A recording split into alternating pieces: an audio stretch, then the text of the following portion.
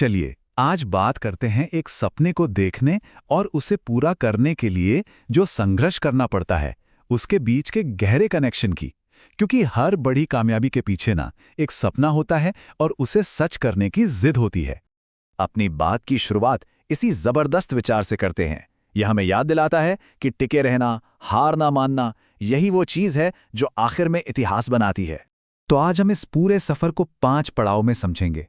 पहला, एक सपने में कितनी ताकत होती है।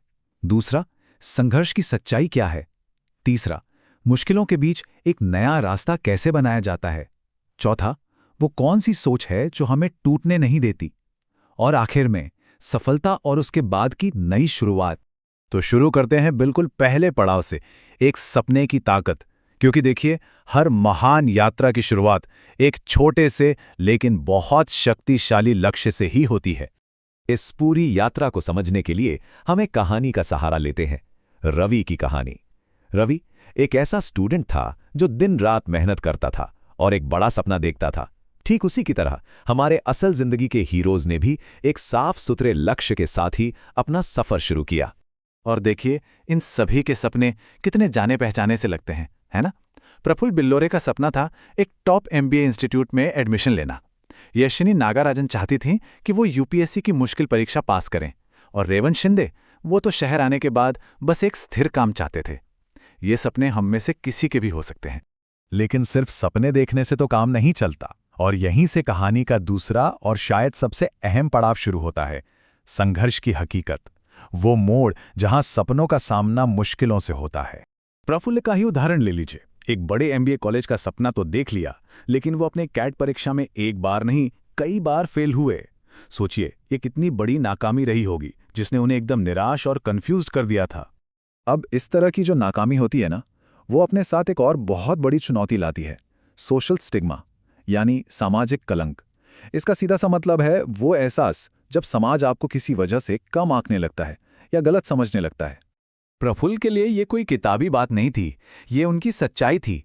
जब उन्होंने चाय बेचना शुरू किया तो उनके ही रिश्तेदारों ने उनका मजाक उड़ाया। उन्हें चाय वाला और यहां तक कि पनौती तक कहा गया। ये बिल्कुल वही सामाजिक दबाव है जिसका सामना न जाने कितने लोगों को करना पड़ता है। और ये संघर्ष सिर्फ प्रफुल्ल की कहानी नहीं थी। रेवंत शिंदे को देखिए, उनकी सिक्योरिटी गार्ड की नौकरी चली गई और लॉकडाउन की वजह से उनका पहला चाय का स्टॉल भी बंद हो गया। वहीं दूसरी तरफ यशिनी नागराजन थी, जो आरबीआई में फुल टाइम जॉब करते हुए रोज 4 से 5 घंटे पढ़ाई करने की जबरदस्त चुनौती से जूझ रही थी। तो सवाल ये है कि जब हालात इतने मुश्किल हों तो कोई इनसे बाहर कैसे निकले। यहीं पर आता है हमारा तीसरा पड़ाव, एक नया मोड़ बनाना, मतलब अपनी किस्मत को बदलने के लिए वो जरूरी कदम उठाना। तो सोचिए, जब आपके सामने एक दीवार आ जाए तो आप दरवाजा कैसे ढूंढेंगे। रवि की कहानी में ये टर्निंग पॉइंट तब आया जब उसने ठान लिया कि चाहे जो हो जाए वो पढ़ाई तो नहीं छोड़ेगा। बहुत से स्टूडेंट्स के लिए ये दरवाज़ा एक स्कॉलरशिप के रूप में खुलता है। ये पढ़ाई के रास्ते में आने वाली सबसे बड़ी रुकावट यानी पैसों की कमी को दूर करने का एक बहुत ही अहम जरिया है। मिसाल के तौर पर भारतीय एयरटेल स्कॉलरशिप को ही देखिए। ये न सिर्फ साल भर की 100% फीस कवर करती है, बल्कि इसमें हॉस्टल और मेस की फीस भी शामिल है। इतना ही नहीं, हर स्टूडेंट को एक लैपटॉप भी मिलता है। ये दिखाता है कि सही मदद कैसे एक-एक करके सारी मुश्किलों को खत्म कर सकती है। और ये मदद सिर्फ प्राइवेट सेक्टर से ही नहीं आती, सरकार भी इसमें एक बहुत बड़ा रोल निभाती है।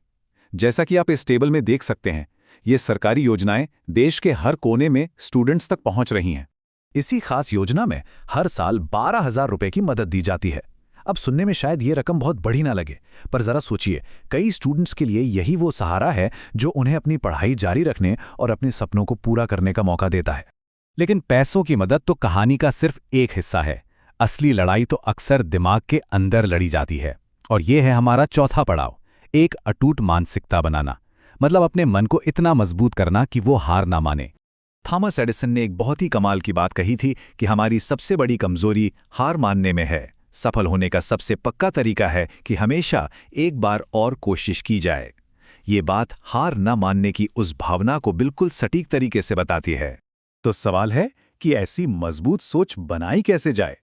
इसके लिए 3 बहुत ही कारगर रणनीतियां हैं।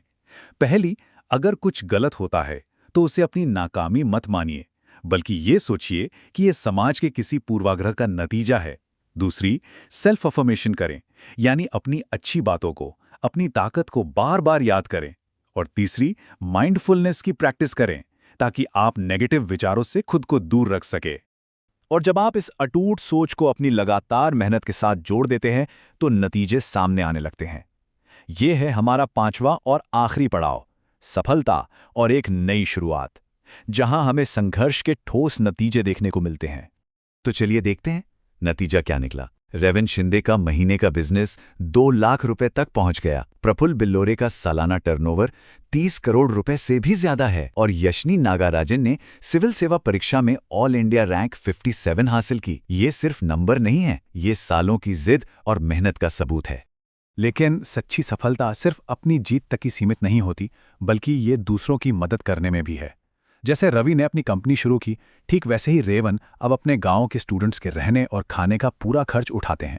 यह है कामयाबी की एक ज्यादा गहरी, ज्यादा सच्ची परिभाषा। तो इस पूरी कहानी से हमें क्या सीख मिलती है? 3 बहुत जरूरी बातें।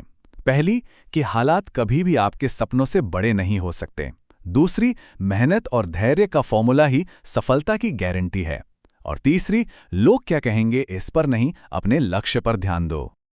और आखिर में हम वहीं लौटते हैं जहां से हमने शुरू किया था।